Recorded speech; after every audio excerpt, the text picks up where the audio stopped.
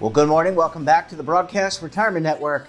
I'm Jeff Snyder. This is BRN AM for Tuesday, August 9th, 2022. And our top story today, a retirement exemption plan is a wedge between small and big retirement players. Well, joining me now to discuss this and a lot more, Austin Ramsey is a journalist with Bloomberg Law. Austin, so great to see you. Thanks so much for joining us on the program this morning. Thank you for having me. And what I love about talking with you is because in this first segment, we're going to get a little bit into the retirement ecosystem weeds for people. And I think that this is good knowledge for whether you're in the system or not, ecosystem or not. In the second segment, we're going to talk about some contribution limits and the impact on inflation. So let's talk about QPAM. And before we get into what's happening here, there's some maneuvering going on about some rules. What is QPAM? Yeah, you're not joking when you say that QPAMs can kind of get in the weeds, but it's a really important part of the retirement industry that kind of goes unknown to retirees and even to some degree fiduciaries or retirement investment managers, because qualified professional asset managers, or QPAMs, really allow the retirement industry, the kegs in the wheel to work the right way. It kind of greases those wheels, if you will. So as many of your viewers and you undoubtedly know, the retirement industry is largely regulated in law by ERISA, the Employee Retirement Income Security Act, which was passed in 1974 and has been revised a number of times. Now, ERISA sets out in law a number of different, what they call prohibited transactions between quote unquote parties of interest. Now, parties of interest can be really, really broad in the employee retirement benefit space. It can be, an actual participant to a plan and any kind of company that plan does business with, whether it be a fund that it's trying to invest in, or even if the board of the retirement plan, buys a sandwich from a Subway down the street. Technically, they have done business with that restaurant. And if, one of the employees at the company has some type of connection with that business, a prohibited transaction could have occurred. And in the retirement industry, there's a lot of fear about making a prohibited transaction. And so in order to avoid, triggering an audit or even a lawsuit in some cases, either by participants to a plan or the Department of Labor or the IRS, these retirement plans will often form contracts with QPAMs. And a QPAM is really just a proxy for a management firm that is of a certain size and status. Now, there's a whole slate of rules that regulate what that size and status mean, but you're really looking for the big management companies. Think banks, Chase Bank, Credit Suisse, these really, really big banks that are managing millions, billions of dollars in many cases. And that's important because that means that they have a very diverse set of clients, and that the amount of money that they're collecting from one client, one particular retirement plan, isn't going to be so crucial, isn't going to be so important to their bottom line that they won't make advice on behalf of that plan. They won't advise that plan to do things that would be in their best interest. It's ultimately going to be in the plan and therefore the participant's best interest. So that's really what a QPAM is. And with that, and thank you for that. That was very concise and very interesting. I think very important as a level set. So let's talk about what's changing here. And in the retirement industry, size can matter when it comes to scale. But first, what's changing? And then the second question, the follow-up to that is, how does this impact smaller players in the marketplace? Sure. So there's always been a question, with the QPAM element. It's called a QPAM and exemption, exempting these big companies and therefore the retirement plans that they do business with from some of those prohibited transactions. There's always been a question about how big is too big. And within the retirement space, and really within the financial industry writ large, some of these companies have gotten so big that they are doing business quite literally all over the world several times over. And so one of the things that will kind of immediately take your QPAM status away, at least according to the Department of Labor, is if any of your employees or any of your affiliates are convicted of a felony level crime that usually is financial in nature anywhere in the world. And now that's different perhaps from a lot of other kind of legal exemptions within the retirement space and other elements of agency work at the federal level. It doesn't just count that it's a felony level conviction here in the United States. It's anywhere in the world. So if a big company like Goldman Sachs, for example, if one of its far-flung affiliates that has nothing to do with its US retirement business, if one of those far-flung affiliates, say in Singapore, if they're convicted of a crime, that means that the QPAM status for Goldman Sachs, the entire business here in the United States, could lose their QPAM status. That's really, really important because that means all of the retirement plans that do business with Goldman Sachs would have to end their contracts with Goldman Sachs. And therefore, all of those participants wouldn't have the advantages of scale that Goldman Sachs is able to provide, the advantages of cost. Often when you're doing business with a larger company, you're able to kind of scale down your costs because of that size. And so the Department of Labor under the Trump administration had tried to amend those rules a little bit and say that foreign convictions, if they occurred in a different country, they wouldn't count. But the Biden administration, when they took over, it was pretty clear that they wanted to change that. They wanted to go back and say that a foreign conviction, a domestic conviction, it does not matter. If you're convicted of a felony, that's a problem when it comes to that QPAM status. And so instead of just amending the rules and, issuing an advisory opinion, which we see a lot in the regulatory space, they actually did this in a formal notice and comment rulemaking process. So they have issued a formal rule. They published it in the Federal Register, and they've said that foreign convictions are a no-go when it comes to your QPAM exemption status. But they went a little further as well.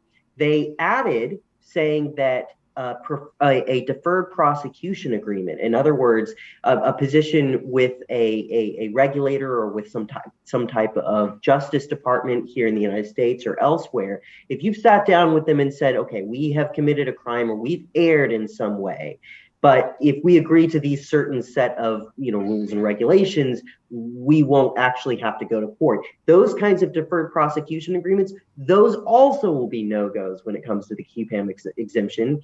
And then they've added a whole plethora of kind of vague, lying to the department or making significant mistruths to the department. If you over any documentation to the Department of Labor and any of that documentation is untrue, or you made a significant error that would lead the Department of Labor in the wrong way or in the wrong direction, the Labor Department has said that they're going to treat those also as no-goes for the QPAM exemption. And so it really has the potential here to change the name of the game for the retirement industry, because really big companies that have been relying on the QPAM exemption for a long time could risk losing that. And of course, as I mentioned before, this is the grease behind the wheels that makes the retirement industry work. So there's some potential for some big problems here.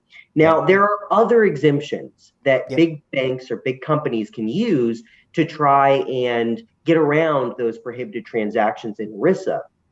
The problem is that because the QPAM exemption has become so important, such a paramount part of the retirement writ large, there is the potential here for, as big banks decide, okay, the QPAM exemption is just too difficult to work with, and they try to transition to other exemptions, that smaller companies, these small companies that still qualify as QPAMs, but they aren't technically the big banks, but they still do business within the retirement industry.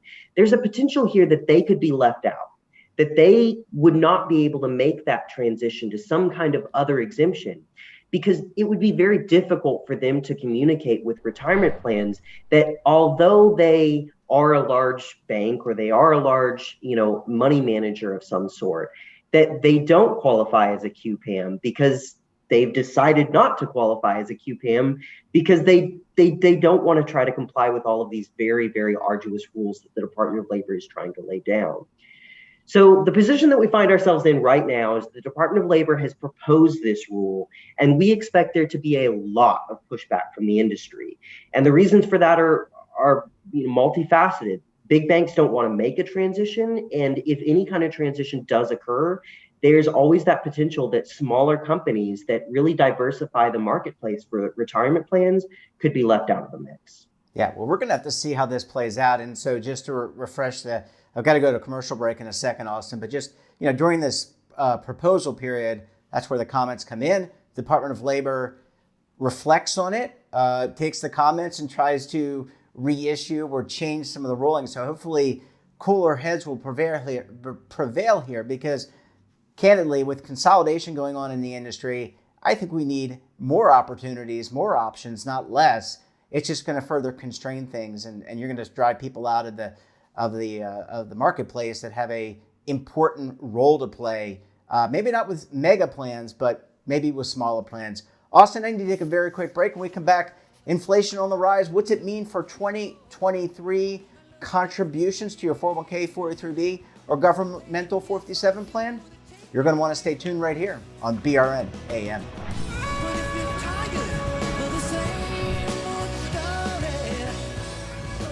Imagine a new television network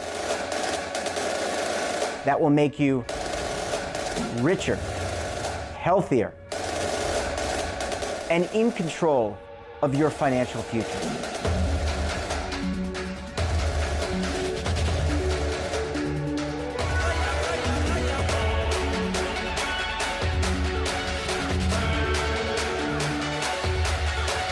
This network is for the policewoman in Nashville, Tennessee, the baker in Dubuque, Iowa, the teacher in Lexington, Kentucky.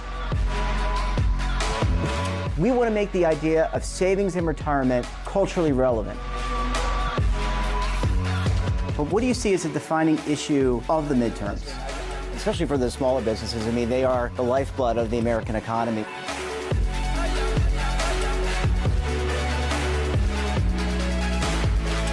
Featuring exclusive interviews, current affairs, and docuseries. 33 years old, you retired early. The philosophy is money only matters if it helps you live a life that you love. But you got to start thinking about retirement as soon as you get in. The Broadcast Retirement Network will drive very high engagement with premium partnerships. So this isn't retirement and savings for your parents or grandparents. This is for all Americans. And we're going to change the way you think about money.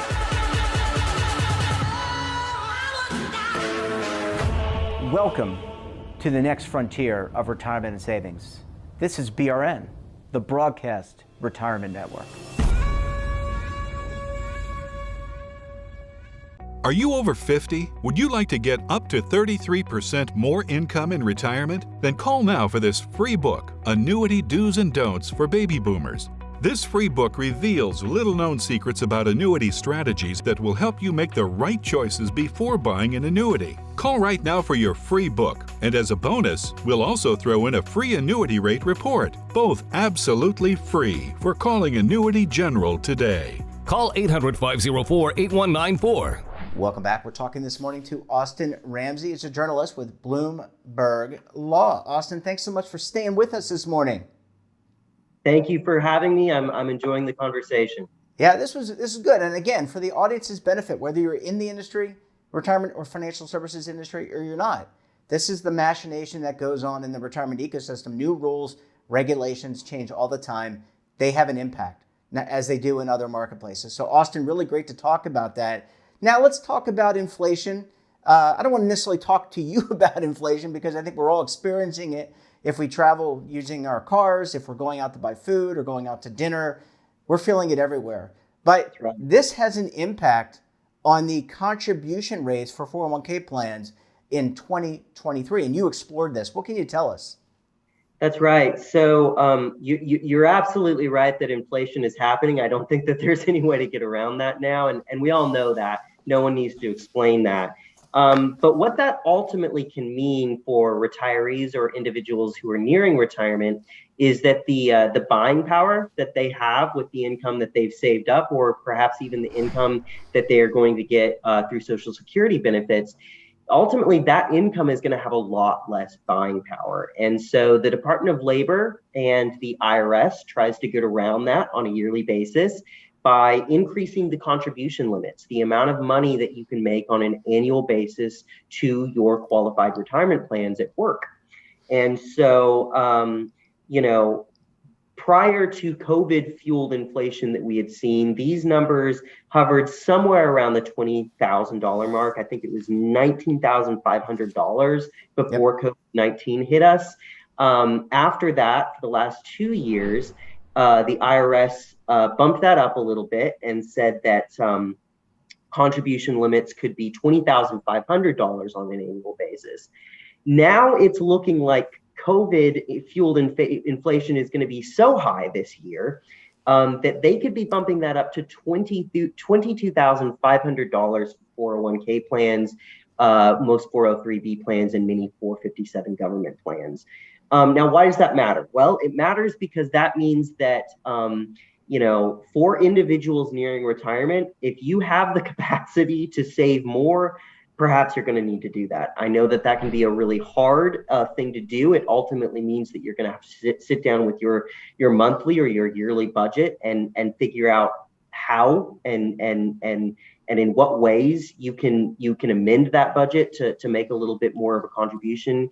But at the end of the day, that's important because it means that you will be able to stretch that retirement income that you're working on out just a little bit further.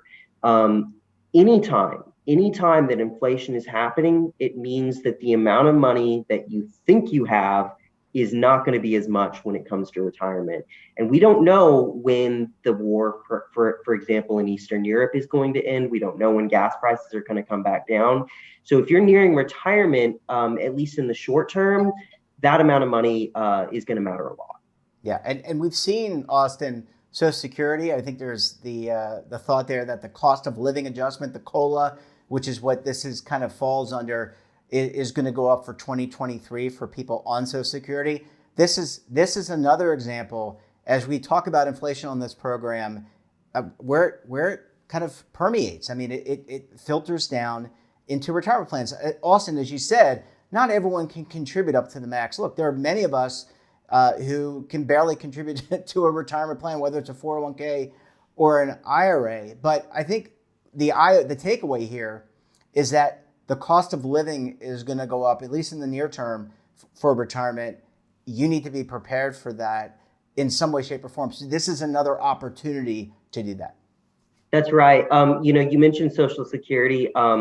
Ultimately, a lot of federal agencies that are adjusting their yearly contribution limits, whether it be the Department of Labor, the IRS, even the Pension Benefit Guaranty Corporation that insures some of these big pension plans within the private sector, they are ultimately looking to the Social Security Administration and the adjustments that they make on an annual basis to determine what kind of contribution limits they're going to set. And a number of crediting agencies and agencies, or even in some cases, some private sector businesses that monitor the Social Security Administration, are looking at how much the cost of living is changing even on a monthly basis right now, just this year in 2022. And they are projecting a double-digit increase in the cost of living adjustment that the Social Security Administration has to make in 2023. Ultimately, the numbers that we're talking about here, 2023, somewhere around 10.2, 10.8, 10.3% cost of living adjustment, which would be by far the biggest adjustment that we've seen since many of these agencies ever began, monitoring the SSA, and really before this, this would be a record jump for the Social Security Administration by and large. So if that happens, and we expect it probably will, because all of the data that we need and that the Social Security Administration needs to make these kinds of determinations, all of it except 3 months worth of data is in. It's all there. It's public data now. And so the only way that this would change is if, gas prices fell, significantly within the next couple of days. And I don't think anyone expects that to happen. I mean, certainly there's some ups and downs there. But look, it costs more to buy a gallon of milk and a gallon of gas, and that doesn't seem to be changing, at least drastically, anytime soon. And so I think that retirees or people who are nearing retirement, they just need to kind of get used to the fact that the money that they're saving now, $1 now is not necessarily going to be $1 in the future. And the sooner that you get used to that fact, the easier it is to make the decisions that are sometimes really hard to make to ensure that you're not running out of money when it matters the most. Yeah, I think this is we can't. There's nothing as individuals we can do about inflation, as you said. I mean, the Federal Reserve trying to clamp down with raising interest rates, but there are things that you can do from a budgeting perspective. And if you're a sponsor of a retirement plan, there's education opportunities here. I think we'll need to be talking about that on future shows. Austin Ramsey, so great to see you as always. Thanks so much for joining us. And we look forward to having you back on the program again very soon, my friend. Thanks so much, Jeffrey. And always a pleasure. That wraps up this episode of BRN AM. Have a topic of interest, someone you think we should talk to? Drop us a line. And don't forget, for all the latest curated news and lifestyle, wellness, finance, tech, so much more, all in one place, check out today's edition of our daily newsletter, The Morning Pulse. Want to search our archives? Check out our latest content. We'll visit our website and, of course, our streaming partners. We're back again tomorrow for another edition of BRN AM. Until then, I'm Jeff Snyder. Stay safe, keep on saving, and don't forget, roll with the changes.